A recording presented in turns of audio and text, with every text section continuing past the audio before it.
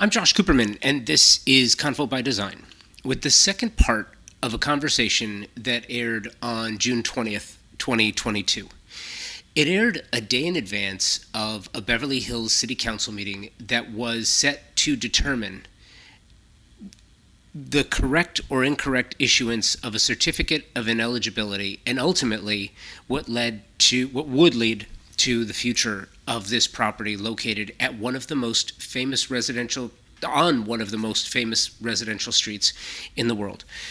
And depending on which side of the issue you reside, it did or did not end well.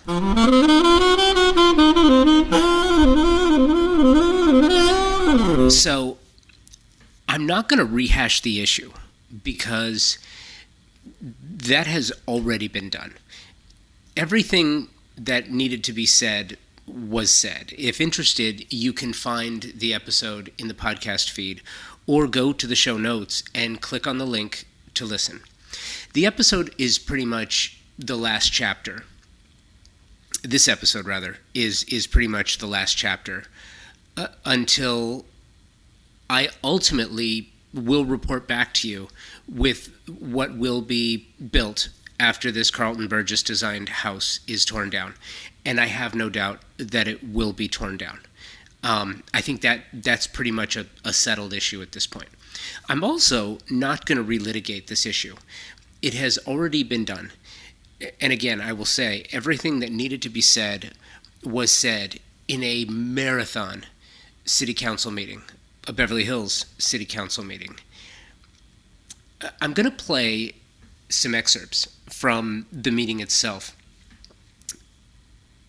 because I want you to hear some things. But first, I want you to know that I see value on both sides of this issue. If you've been listening to the podcast for any amount of time, you know how I feel about design and architecture and designers and architects.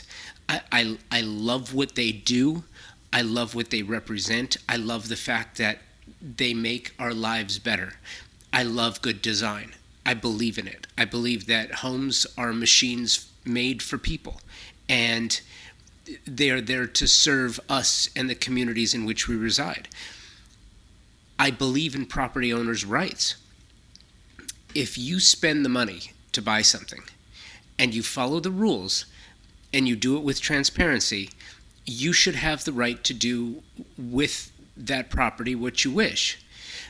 At the same time, you have a responsibility to your community. Unless you're going to go build something out in the sticks, out in the middle of nowhere, if you're doing it in a community, you have a responsibility to that community, whether you like it or not.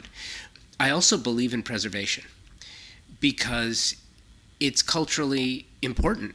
If you look at Beverly Hills alone, so many properties of note by legendary architects have been torn down.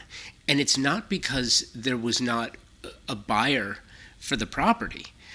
To the contrary, many of these stories are not known until the process for saving them makes the news. And by then, well, listen, it's too late. Falcon Lair, Pickfair, Garden of Allah, the Brown Derby. It's not just Beverly Hills. But here's the thing. Beverly Hills failed miserably in this case. Identifying, labeling, and securing an architectural treasure within their city boundaries.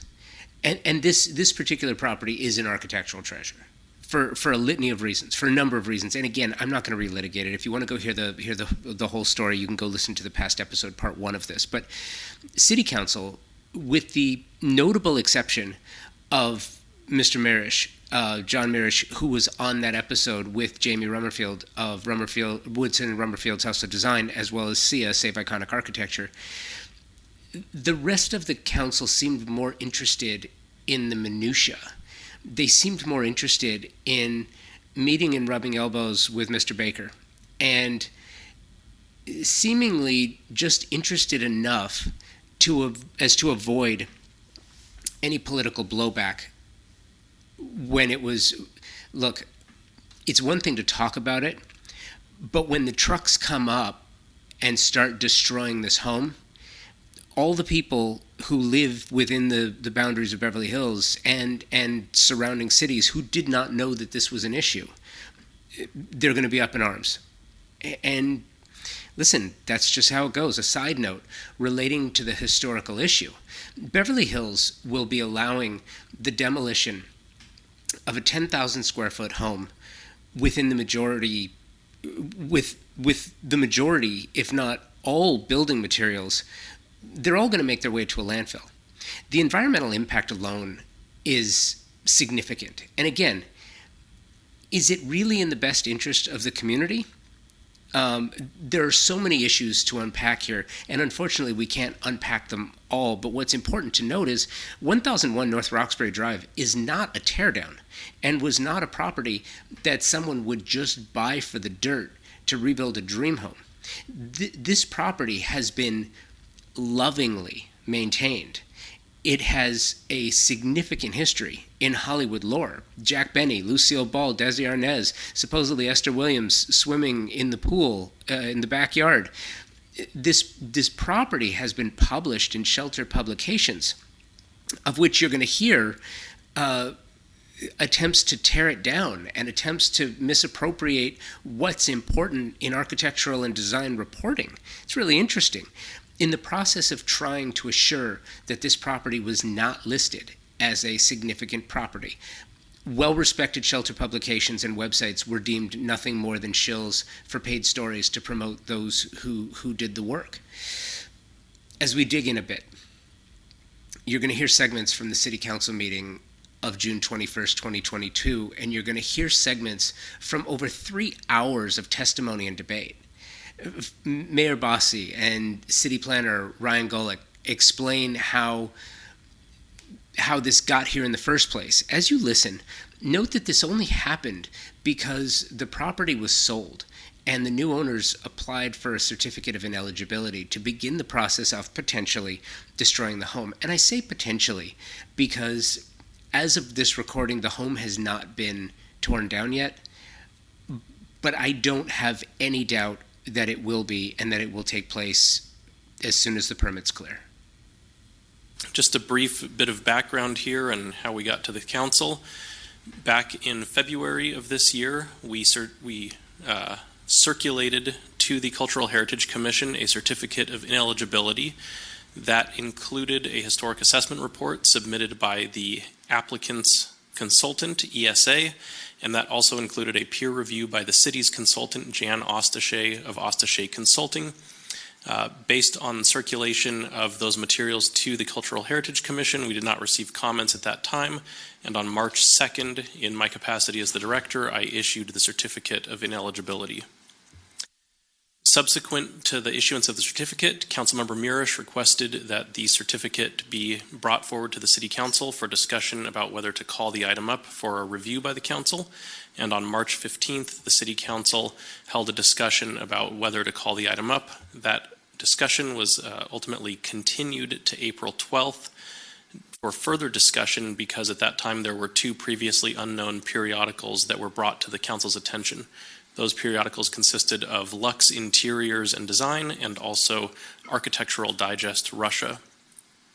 Because those articles had been brought up right on the evening of that council meeting, the applicant's attorney at that time waived the timelines in the municipal code for City Council review of that matter and allowed for the discussion to be continued. When we came back on April 12th, the City Council reviewed some additional information about the articles in question and ultimately voted to call the decision up for review. Then on May 10th, the City Council set the public hearing for this evening. And so that's kind of the back history of how we got in front of Council here. And this all is about the issuance or not of a certificate of ineligibility. So the question is, what is a certificate of ineligibility?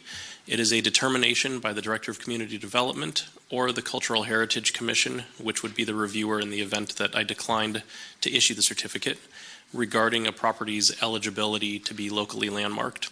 And if granted, the certificate bars the city from initiating landmark designation proceedings for a period of 7 years. And while the certificate is in effect, a property cannot be listed on the local inventory of historic properties or subject to the provisions of the municipal code pertaining to designated or eligible resources. I'm sure we'll probably hear some more discussion about this tonight, but the purpose of the Certificate of Ineligibility was to offer greater certainty to property owners as to the status of their properties and really create a more streamlined process for getting that more conclusive certainty on what the status of their home is. So that's how we got here. Benjamin Hanlon of Latham and Watkins, a law firm, now explains in detail, and by the way, masterfully, lays the groundwork, a roadmap really, for obtaining a certificate of ineligibility, regardless of who the architect was, regardless of what the structure is, regardless of any of the other criteria that the Beverly Hills City Council has laid out, doesn't matter. Benjamin Hanlon of Latham and Watkins did a clinical takedown of city process. And it was masterful, and you're going to hear him, and I'm going to play it for you because as you listen to him, it was an incredible performance. And I'm not saying that sarcastically. I mean it. He did his job. But before I play it for you, I think it's important for you to know, I don't really care if this home is torn down or not. And hear me out, because the reason is very simple. I don't live in Beverly Hills. I don't drive by this home on my way to work or dropping off the kids at school.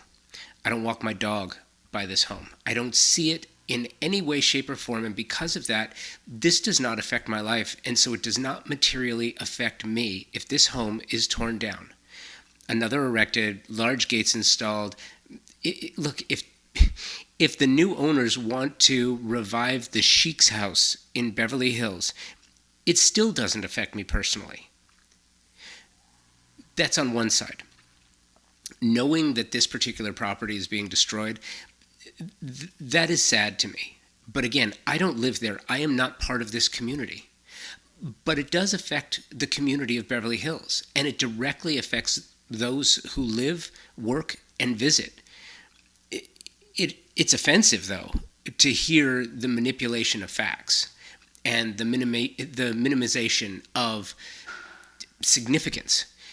The tearing down of what Beverly Hills has deemed already the work of a master architect within their community for the sole purpose of stripping social, architectural, and the historical value of this home, that's what needed to be done in order to get this certificate of ineligibility upheld. And look, talk about exceptional. Benjamin Hanlon is an exceptional attorney. In just 13 minutes, he completely dismantled the city's standards for what would qualify for preservation. I believe we will see his approach in the future. He laid the groundwork for this. Mr. Hanlon, according to Latham and Watkins' website, here's his background.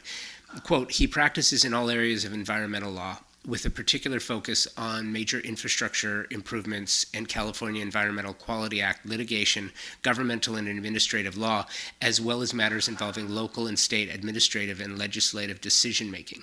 He provides advice to private developers, corporations, institutions, and nonprofit organizations regarding local planning and zoning regulations and related environmental matters, state land use regulations, including the California Environmental Quality Act and the California Coastal Act. So this lawyer is very well qualified. He is very well spoken. He was very well researched, and you're going to hear 13 minutes of a masterful takedown. Good evening again, Honorable Mayor, Vice Mayor, Council members. Benjamin Hanlon of Latham and Watkins on behalf of Eric Baker and Dr. Nicole Cooper Baker, the owners of 1001 North Roxbury. We appreciate the time that you and staff have put into this matter. This process has been lengthy, lasting well beyond the 30-day period the code sets. Despite this, we've learned no more about the house than we knew when the certificate issued months ago. The code standards have been fairly and evenly applied, and the city's expert and staff determined the certificate should issue. As you know, We believe the house has been deemed ineligible as a matter of law. However, we are here tonight to lay out why we believe the council should affirm their certificate. We think the director and the city's expert and every other expert who has looked at this got it exactly right. The house is ineligible under the city's standards. In fact, Mark Rios, the architect for the last 2 remodels, and whose work is featured in every one of the photo spreads that have been brought forward, agrees the house is not eligible. We ask that you affirm the certificate. As part of the 2015 ordinance reboot, creating new stringent requirements for what was eligible, the city adopted the Certificate of Ineligibility process. These are the rules today, and the director and the Bakers followed them. In 2015, the process was described as a simple 30-day administrative procedure through which a property owner can ask the city to clear the property and remove any doubt that it can be easily redeveloped. The process was meant to be predictable. A property is reviewed against objective standards, and if the ineligibility standards are met, then the certificate shall issue. That's what happened here. The certificate was issued after reports by city-approved experts concluded the house was not eligible. The city's reviewing expert agreed, and there were no comments from the Cultural Heritage Commissioners after it was circulated for their review. So, what are these objective standards? They are the same standards as required for landmarking a property. As we just heard from Mr. Gohlich, there are 2 sets, A and B. Under Code subsection A, each of the 4 listed standards must be met. Let's set those aside for now. Under subsection B, at least one of the 6 standards must be met. If not, the property is not eligible. These standards require a property to be more than just a nice house. The standards are intended to be objective criteria to determine that there is real historic value. This graphic is from the Director's Certificate. A property is eligible if it is listed on the National Register, an exceptional work by a master architect, connected to an important individual, an iconic property, or proposed for landmarking by the property owner. These are intentionally high standards. Since 2015, the city has landmarked only 7 homes, each with the property owner's consent. And what did the director and city's expert find here? They agreed that none of Section B's standards are met. It was not even close. The house is not on the National Register and is not an exceptional work.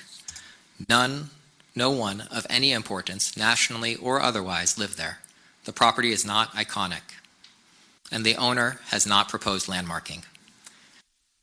ASM Affiliates, another expert from the city's list of approved experts, agrees. Mark Rios, the architect who is most familiar with the house and who did the major remodels, also agrees. The house is not eligible for listing.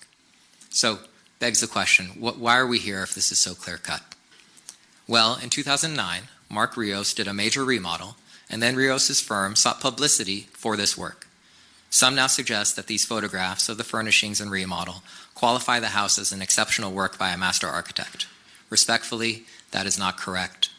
The code has clear and objective standards for what is an exceptional work by a master architect. The house does not meet them. This was the whole point in 2015, clear and objective standards. So, exceptional work by a master architect. There's 2 components. The ordinance defines both. Let's just briefly touch on what a master architect is.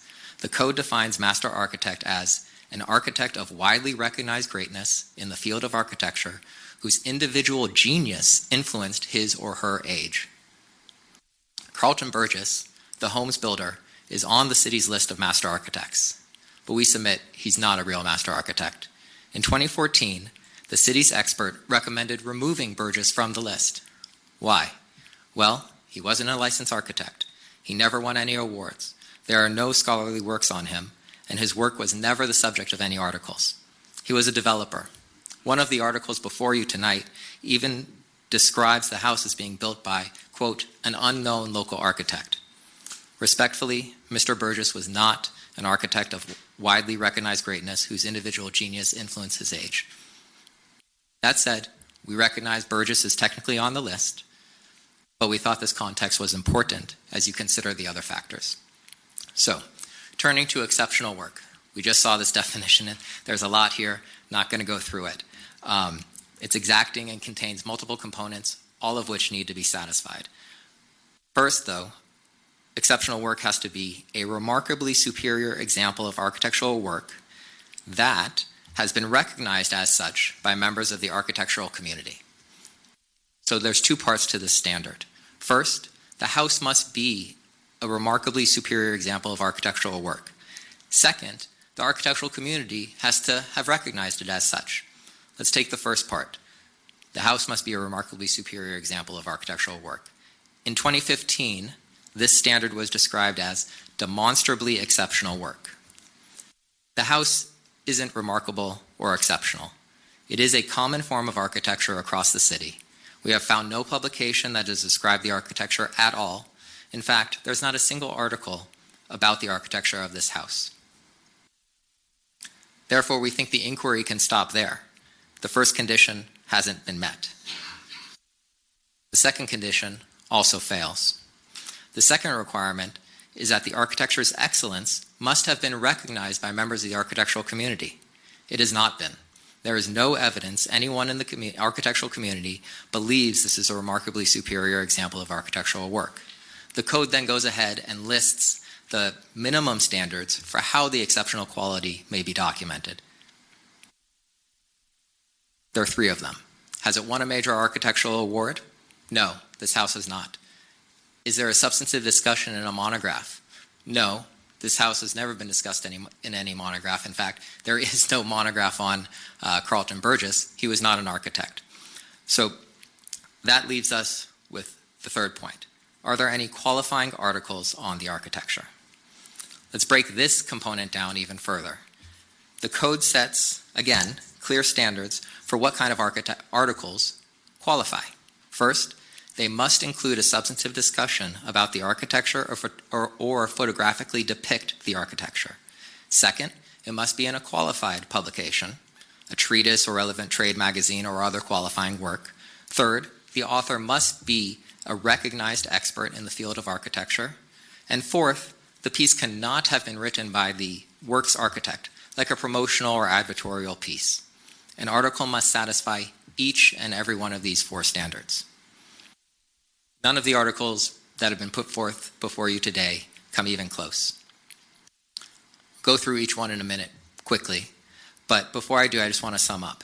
So the house must satisfy each of the 2 conditions, exceptional work and recognized as such. It satisfies neither, and this is what you would expect. If a house isn't of superior architectural quality and isn't by an architect of renown, then you are not going to find any qualifying articles, documentary works, or architectural awards. So now to the articles themselves. The Lux piece is not about the house's architecture. It's about Mark Rios' remodel. That's not surprising because according to Mark Rios, his firm placed the piece to promote his work. And as Mr. Rios indicated, he made major changes to the house. In Mr. Rios' letter to you, he talked about the changes to building mass, doors, window, roof changes, and removing prior additions and adding new elements. There's no meaningful discussion of the architecture in the Lux article. The piece is about Rios' interior redesign of the house and landscaping and Mr. Bonnet's furniture. There are 11 pictures. One single picture, shown here, shows a portion of the front of the house, the front door really. The 10 others show the interior, the furniture, and the landscaping. There's virtually no mention of the architecture, not a word about Regency Revival style, not a word about its builder Burgess. What is discussed is the modernized kitchen, rebuilding bathrooms, adding a large terrace to the 2nd floor. A passing partial picture of the facade is not a photographic depiction of the home's architecture. This is not even close, we submit, to a substantive discussion of anything remotely connected to the house's architecture. The Lux piece is also not authored by an acknowledged expert in the field of architecture. This, frankly, isn't surprising. Lux is an interior design magazine about interior design, not architecture. And just lastly, the article attributes the house to the wrong decade. It was built in 1942, not the 1930s as the architecture, as the Lux magazine said. Like the Lux piece, the Russia AD piece is all about Mark Rios' remodel and David Bonnet's design choices. Again, you have a passing image of a slice of the home's exterior facade, and again the piece is about the decor and design choices. Entitled House in the Style of the 1960s, there's not a single mention of Burgess, the builder. There is not a single mention of the home's architecture, and the home's architecture is not photographically depicted. The AD Russia piece simply does not qualify as documentation of the home's architecture. The other pieces follow this same pattern. They're about Mark Rios' work, Mr. Bonnet's furniture, and repeat the same mistake about when the house was built. As noted, the author of the AD Russia piece recycled his work in a book called The Iconic Interior, 1900 to the Present. I think the title of the book tells you all you need to know about what this piece is about. The photos show the interior, furnishings, and the front door. Again, no discussion of the architecture. The pictorial does not meet the code's documentation standards. More of the same with this next work about interior design, a cropped image of the facade, reference to Mark Rios, and many interior shots. Nothing about the architecture, nothing about the architect.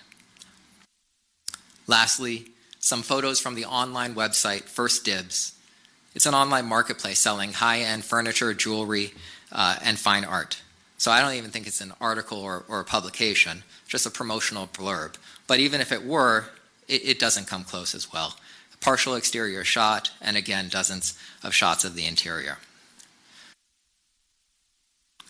So it's obvious to me, at least as an attorney, why all the experts that reviewed the articles concluded that none of them meet the code standards.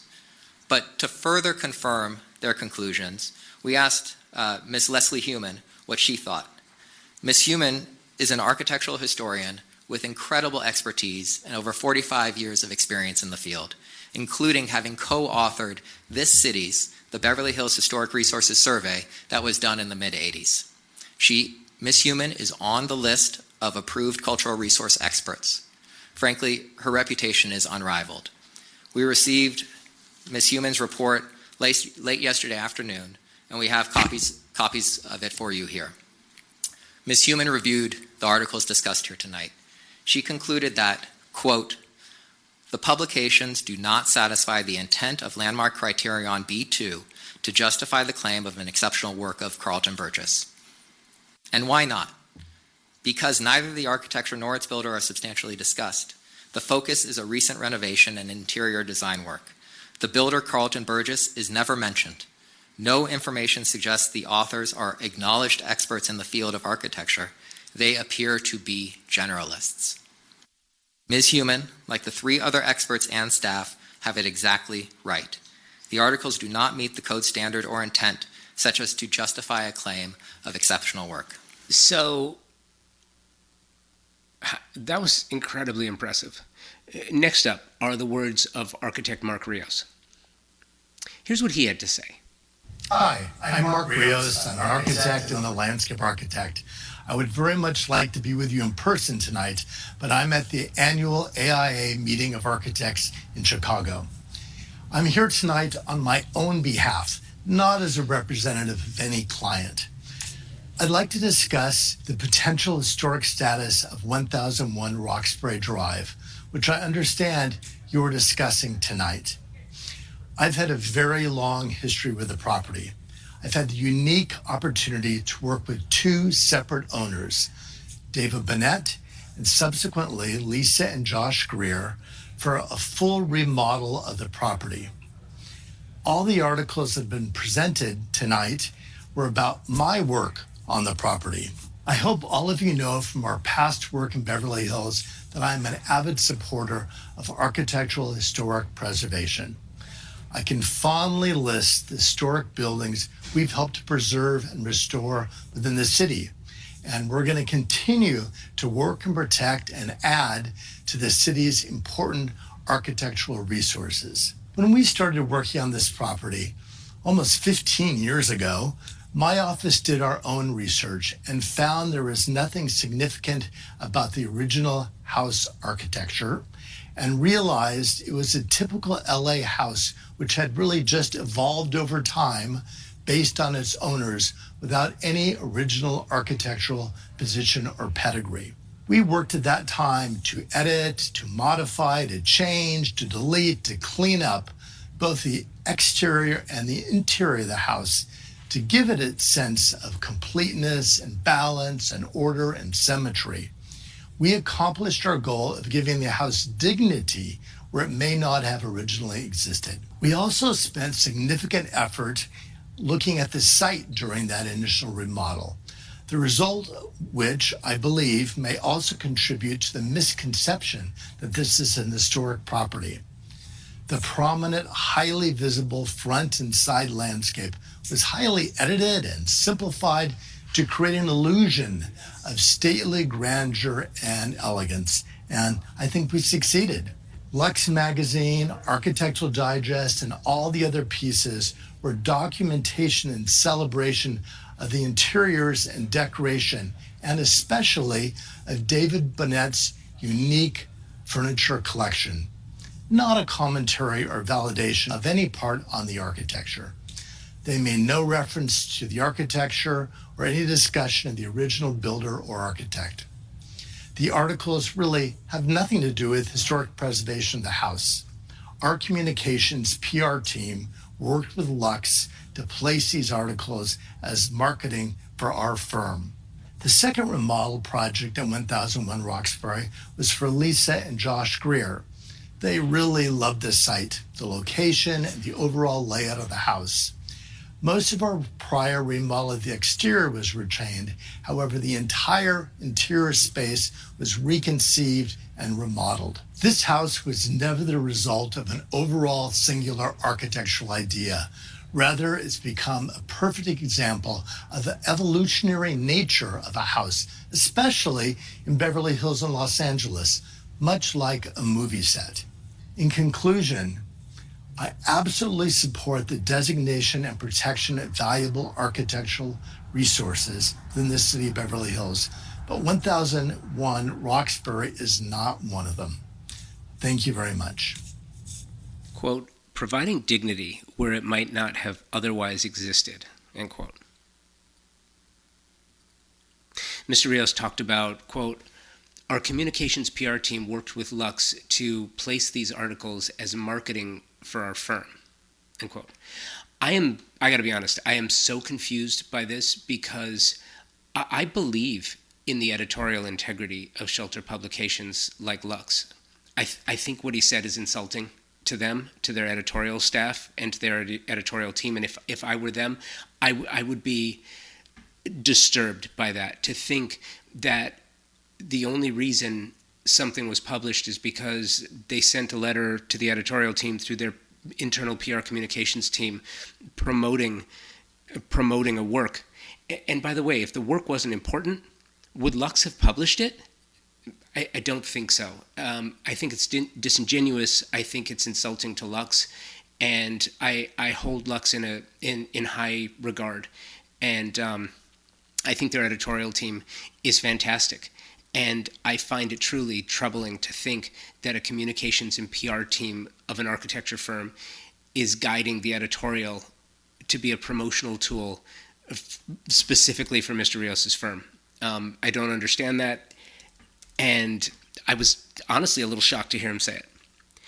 I also think it's disingenuous to tear down the work of another creative, as it certainly represents a golden era for Hollywood Regency and architecture, and Beverly Hills in particular. That time frame is when the legend of Beverly Hills was cemented, in large part due to the stars and the star architects and builders crafting the structures that you see today. You simply cannot have an iconic example of architecture without an interior space and an exterior space. I don't understand the argument. I hold Mr. Rios in high regard, as I've said. I think he's an incredibly talented architect. I was saddened by his words, and I didn't really understand it. But at the same time, Mark Rios is entitled to his opinion, both professionally and personally. I also think that because he is such a talent, his work on the interiors and exteriors added to the significance of the cultural value of this property. I think if that were included in the petition, it should have added historical significance to this argument and not detracted from it. If you want to know what upsets many people most about these types of hearings? Well, here you go. I'm going to edit this a bit because I don't feel the need to call out the council member by name. Because first, I don't want to embarrass anyone here. These are civic-minded members of the community doing something very difficult. And the slings and arrows from both sides of an issue come directly at them. I understand that they have a very tough job to do. At the same time, making comparisons from this issue to summary judgments and disqualifying the very information that is required because there isn't enough of it is not only antithetical to the very reason why you do this, but discredits the entire process along the way. Listen and decide for yourself. I do see analogies with making a decision at the time period of a summary judgment decision. I do see some similarities with this situation where, for the sake of making that screening decision, one considers it viewing the facts most favorably from the perspective of the party opposing the motion. I do think it's a stretch to say that these publications qualify under C, because I don't think the architecture is being substantively discussed. Photograph. There is the picture of the house, but it's the photo. Even the photographs are not really focusing on the architecture of the house. So I do think it's a stretch. But if you ask me to view it most favorably, you ask me to push that phrase. So would it be possible to view it as the publications qualify? Well, if you ask me to push it, well, possibly they might qualify. Okay, altogether confusing, but to put it in context, it was in response to this. And Councilmember Marish has some questions. Yes, I did. Thank you. And I wanted to hear Jill and Craig's perspective, one on Karen Kurlander, but also, again, you work hand in hand with Jan, and you heard some, well, you know, by the letter of the law, but this could be this, that sort of thing. I want to get your take on that, please. Just in my opinion, if the house was not in Beverly Hills, and if it was not in that house, would it have even been published? It was published because it was this amazing house in Beverly Hills that's known the world over. Every publication has a photograph of the exterior of the house. If it wasn't that house, it wouldn't be valid. If a news story happens and it's on an AP service or a wire service and 50 other wire services pick it up, does that mean that the next time it's picked up it's any less valid? It's important that it's in all these publications. It doesn't matter why at this point that Mark Rios has come out and said whatever he said. It's the fact that it was a house in Beverly Hills that was world renowned. Beverly Hills, everyone looks to. It was picked up in Asia. It was picked up in Australia, in Hong Kong, in the United States, because of the pedigree. Now, you're all arguing whether or not this house is important or should be, saved. We're just dealing tonight. The only thing we're talking about is the issuance of the... Right, and we're also talking about publications, and I'd like to ask... the publications, but I'm just saying, we're just talking about that. If it's nothing else, all of you at the last city council meeting, all of you at 2 a.m.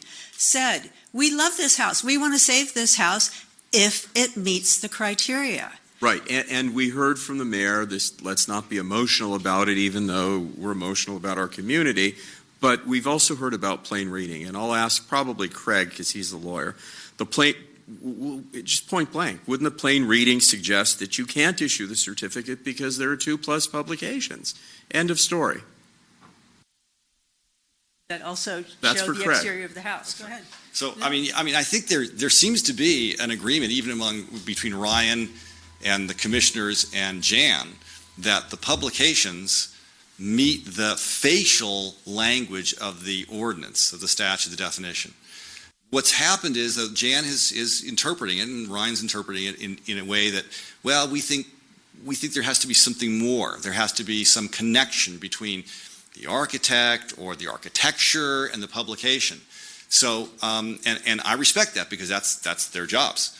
But I think Mayor Bosse, really started to put kind of a fine element on it when you said, okay, Ryan, what would be a qualifying publication? You sort of, well, it's sort of this and that, and it's, I'd like it to have more of a reference to the architecture, more of this. Well, how much more? Side note, in the show notes, you will find a piece written by Lambeth Hockwald for AD, Architectural Digest. one of the publications questioned during this hearing. It covers the Darius Rucker renovation of an 1803 home, an antebellum home.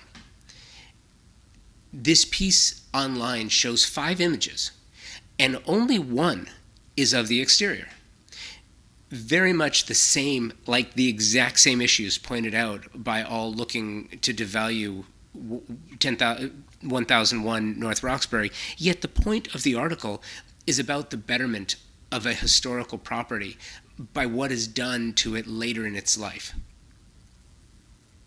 It is identical to the conversation happening here, and if you read the article in AD, you see the celebration of preservation compared to this particular situation in Beverly Hills, where it was not. Moving on. So listen, in conclusion, if an iconic city like Beverly Hills wants to save their cultural treasures, if city government wants this on behalf of the community, they have to realize a few things and take some action, which is infinitely more challenging. First, if you leave this up to city staff, it will fail. Most, if no city staff of Beverly Hills live within the city limits of Beverly Hills, is my guess. And yes, this is an assumption, but look, staff earning government salaries are not living in $15, $20 million homes or paying $4,000 to $6,000 a month for rent of an apartment. That means they simply interpret the rules as written. They're not stakeholders, and their interpretation is not that of a stakeholder, but one of a bureaucratic entity, of which they are. Next, if you wait until a property is published, if that's your criteria, you're going to fail. Shelter publications don't send out writers and contributors walking down the street to go look for amazing properties, to find architecturally significant homes. They just don't do that. They don't have the staff for it, they don't have the budgets for it, and that's not how it's ever been done. They receive submissions from the likes of Mark Rios and other companies through their publicists or internal communications teams to plant a story idea. That's where it starts.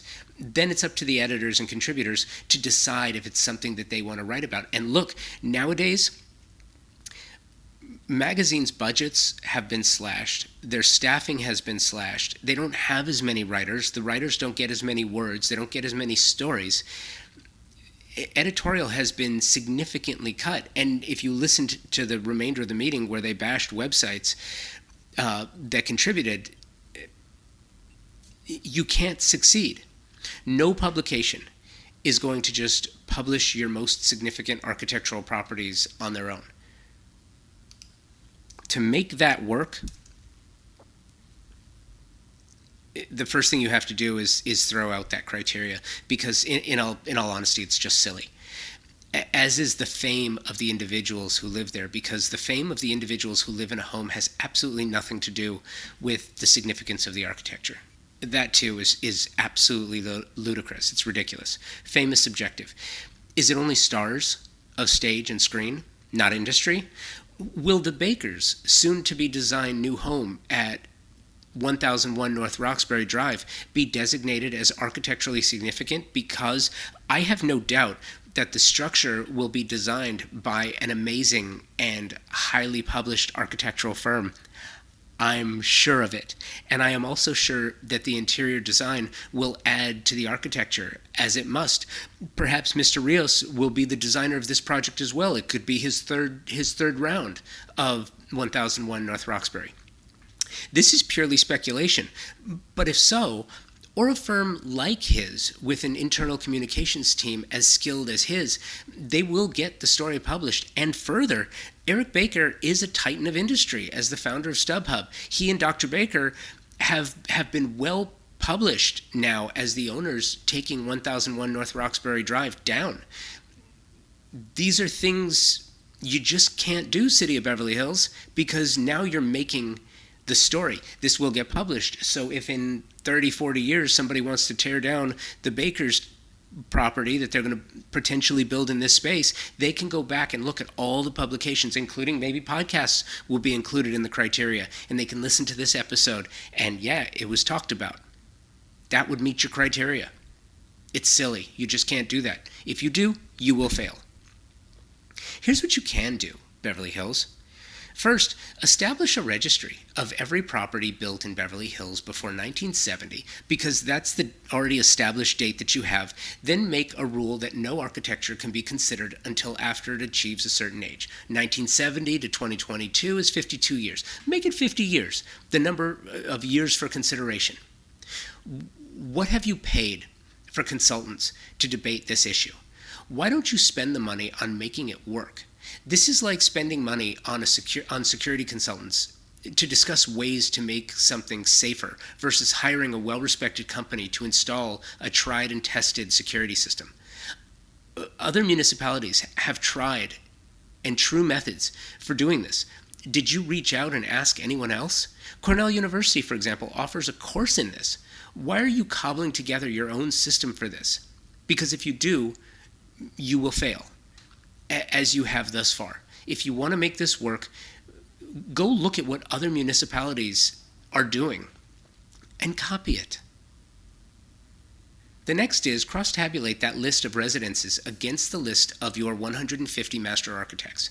Side note, for goodness sake, Beverly Hills, Carleton Burgess lists his occupation as a quote-unquote contractor on his 1940 census. Do a modicum of research, and it doesn't have to be an architect. Add builder, contractor, or developer to the criteria, because it should be a builder, architect, contractor, or developer in the criteria. Then your rules would not be so easily circumnavigated. Next, for goodness sake, again, clean up the verbiage.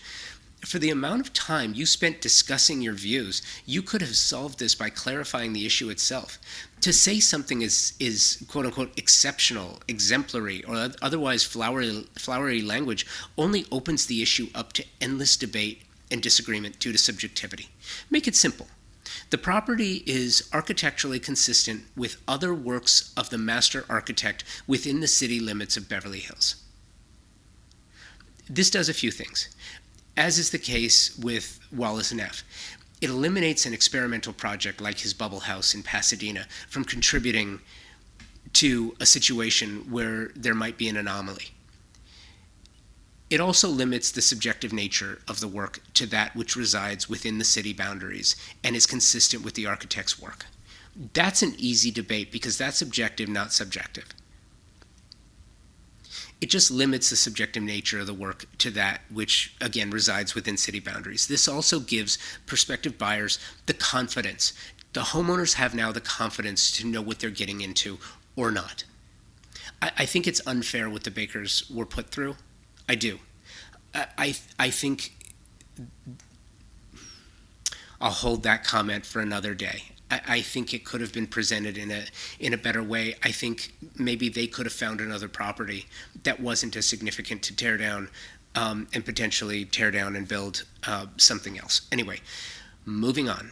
Take an image of the home's exterior and publish it yourselves on the city's website so everyone knows the property's been identified and registered. If it's not on the city website, it doesn't count. That way, nobody in the city can claim they didn't know an iconic property was destined for the wrecking ball. And finally, educate yourselves on what others are doing successfully and replicate their work. It's simple. It's really, really simple, and all of this was, in my opinion, it was completely unnecessary if the city had done the work on the front end to get this done correctly and succinctly. So that's a wrap-up. of what happened. The last word here is not going to be mine. It's my voice, but the words I'm about to read are from Council Member John Mirisch. Here's the letter he sent me the day after the vote. For a copy, please check the show notes, and I'm going to publish it in its entirety. Mr. Mirisch wrote, "When it comes to historic preservation, actions, not words, matter," by John Mirisch. Historic preservation in Beverly Hills is dead, and we killed it. Last night, at the behest of paid lobbyists and highly remunerated lawyers, the Beverly Hills City Council majority failed to protect one of the city's most beautiful and iconic estates from the wrecking ball. I dissented. Despite the false claims of paid consultants, the Carleton Burgess masterpiece at 1001 North Roxbury Drive has been a constant beacon of elegance of Beverly Hills at the corner of Lexington Drive, the exterior largely unchanged for 8 decades. As was confirmed in testimony last night, the house has maintained its integrity, but sadly many individuals, including anti-preservationist interior designer Mark Rios, who worked on an update for the interior design of the home, have not. We are quite literally back to square one for historic preservation in Beverly Hills. When the definition of historic preservation, Beverly Hills style, was, and once again is, taking a picture of a landmark building before tearing it down. Those who actually wrote our ordinance explained in great detail that 1001 North Roxbury indisputably met the ordinance's criteria for the non-issuance of a certificate of ineligibility in the plain language they themselves wrote. It didn't matter. Listening to the tortured, warped rationalizations of people who should know better and who make a mockery of all of our lying eyes represents government at its worst. Hiding behind paid staff who constantly puts their elbows on the scale and consciously choosing to believe the twisted angles of lawyers who would and do say anything for money is not a sign of civic courage. However, this behavior does expose how money has completely infiltrated and polluted our political system. The pretense and attempts to gaslight the community are infuriating and need to be called out. If you don't like historical architecture, just say so. If you think money trumps everything else, just be honest about it. If you don't respect our community's physical legacy, fess up. But you can't have it both ways. That's not how it works. You can't claim to care when your actions speak another truth. Gaslighting the community only serves to divide us even more. It's like spitting in the faces of and throwing salt in the wounds of those who truly do care.